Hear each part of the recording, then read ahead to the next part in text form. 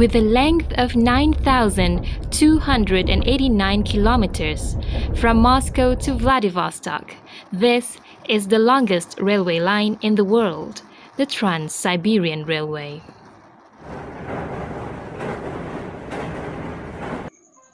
The main route of the Trans Siberian Railway begins in Moscow and crosses Russia all the way to Vladivostok. This journey takes a total of 7 days and 6 nights to complete. Can you imagine being on a train for 7 days? But there's really nothing much in Vladivostok, so instead, many travelers like to go to Beijing on one of the other 2 routes, which are the Trans-Manchurian and the Trans-Mongolian. Going on this train journey had always been one of the top things on my bucket list. But most of the people I knew told me that it was too complicated, too expensive, and too unsafe. And of course, when people told me things like that, I felt like I needed to do it, just to prove them wrong. So I started doing my own research. Learned the Russian alphabet. Went to the Russian embassy to get myself a visa. And finally, I bought the train ticket. It turned out that the ticket that was going to take me from Moscow to Irkutsk, near the Mongolian border, was not as expensive as most people told me it would be. The total amount that I had to pay was 3,393 rubles, which was equivalent to 200 ringgit or $50. And so, I began my 2-week journey in Kuala Lumpur International Airport, carrying only this backpack and this shoulder bag. First, I flew to Berlin on a 13-hour flight.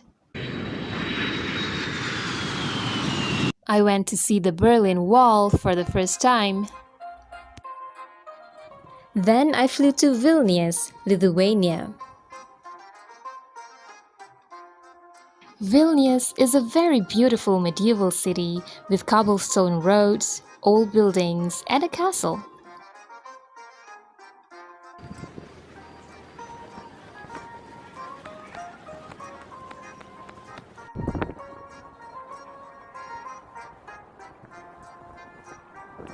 And my next stop was Riga, Latvia.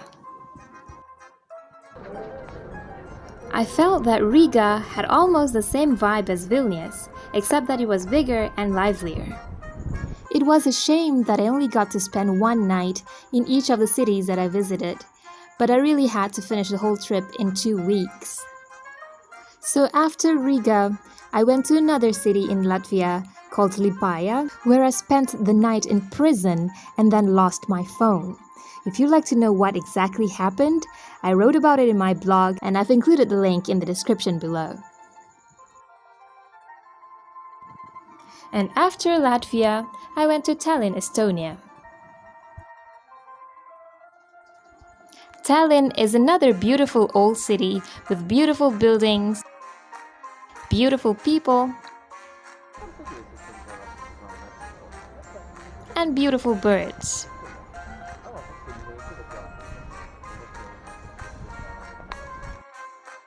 This is Dmitry. He's a Russian-Estonian guy who's learning Bahasa, and he says he's probably the only person in Estonia who knows the language. During my stay in Tallinn, Dmitry hosted me at his place and also showed me around his city.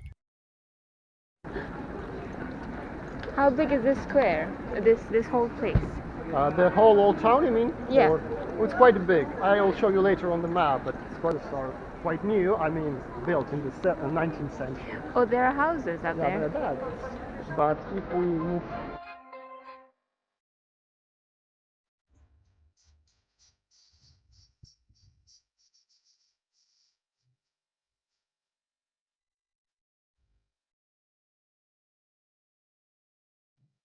After Estonia, I continued my journey to St. Petersburg, Russia.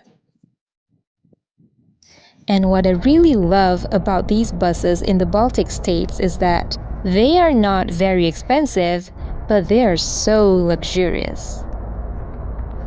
Look at this one, for example. It has entertainment on board and also a coffee machine.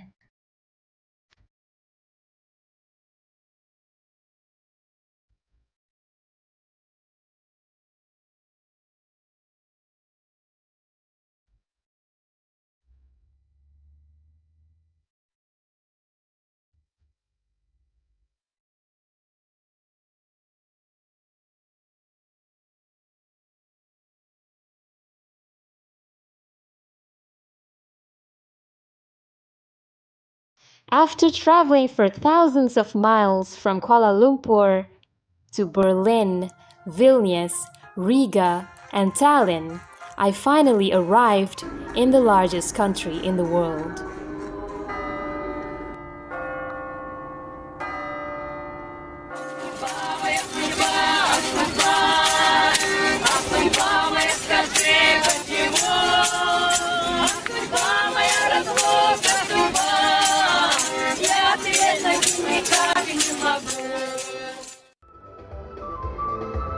I had always thought that Russia was a cold, gloomy country. Been watching too many American movies, obviously. Well, it was cold, but it also had a vibrant character.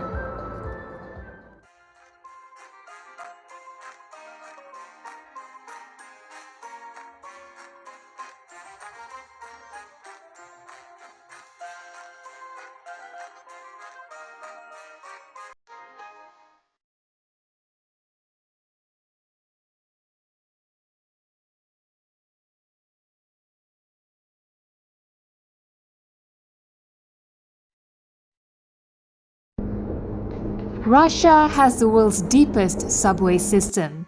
This one in St. Petersburg is about 282 feet below ground. And this is Russia's most iconic department store, the GUM. It is 127 years old.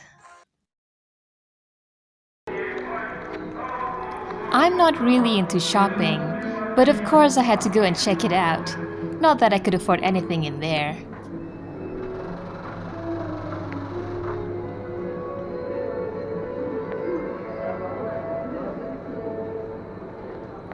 This place is so exclusive that even the toilet costs 200 rubles to enter.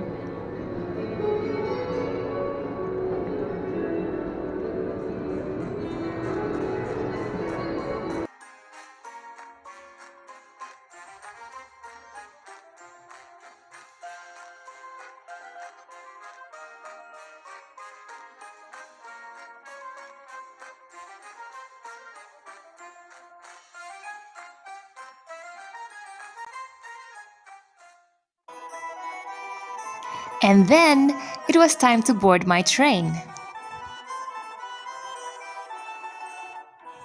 Finding my platform was not that hard, although I spoke zero Russian and the people there spoke very little English.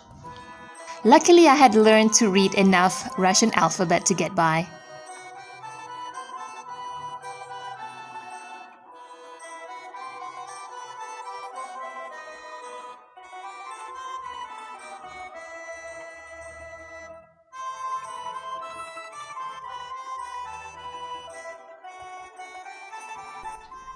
I was one of the first passengers to arrive, so the train was still empty when I got in.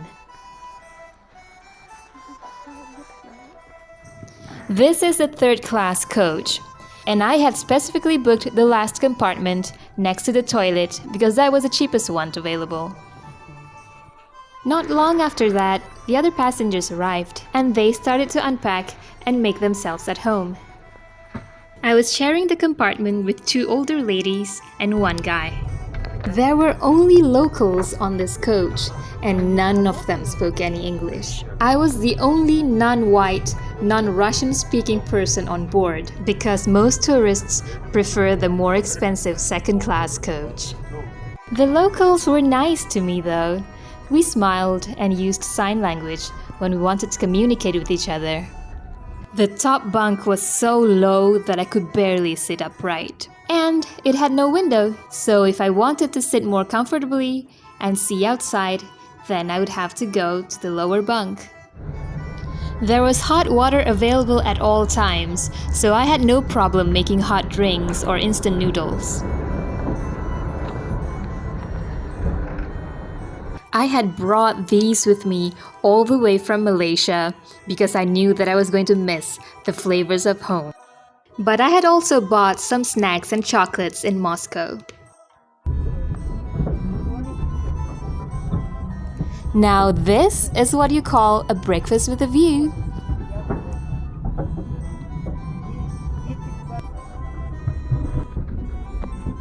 Because I had lost my phone and had run out of books to read, the only thing I could do was look out the window. But I didn't want to sit on the lower bunk for too long because it was also somebody's bed. So I would retire to my own bed and watch from above. I entertained myself by watching the lady below me prepare her meals. She seemed to have an endless supply of food, and she was always snacking on something. Passengers came and went, but this lady stayed for 4 days, and by the end of the trip, we became quite close to each other, despite not speaking the same language. The temperature on board was around 25 degrees Celsius on average, which to the Russians must be hot, but to me it was quite chilly. If you're wondering about the toilet situation, this is how it looks like. It's small but clean, even after 5 days. The train attendants clean the toilet every morning and change the toilet roll once a day. After what felt like forever, the train finally reached my destination. I was so scared of missing my station that I had to remind the train attendant many times to let me know when we had arrived. And we finally did. This is my face after 5 days of no shower. I then spent 2 nights in Irkutsk, where I was hosted by a local couple. I also went to Lake Baikal, which is the deepest lake in the world. It is more than a kilometer deep.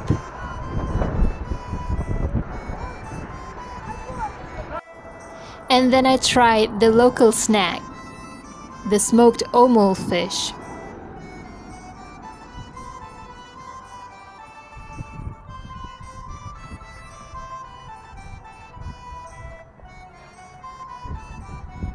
And that was the last day of my 2-week trip. The next day, I flew home with a layover in Beijing.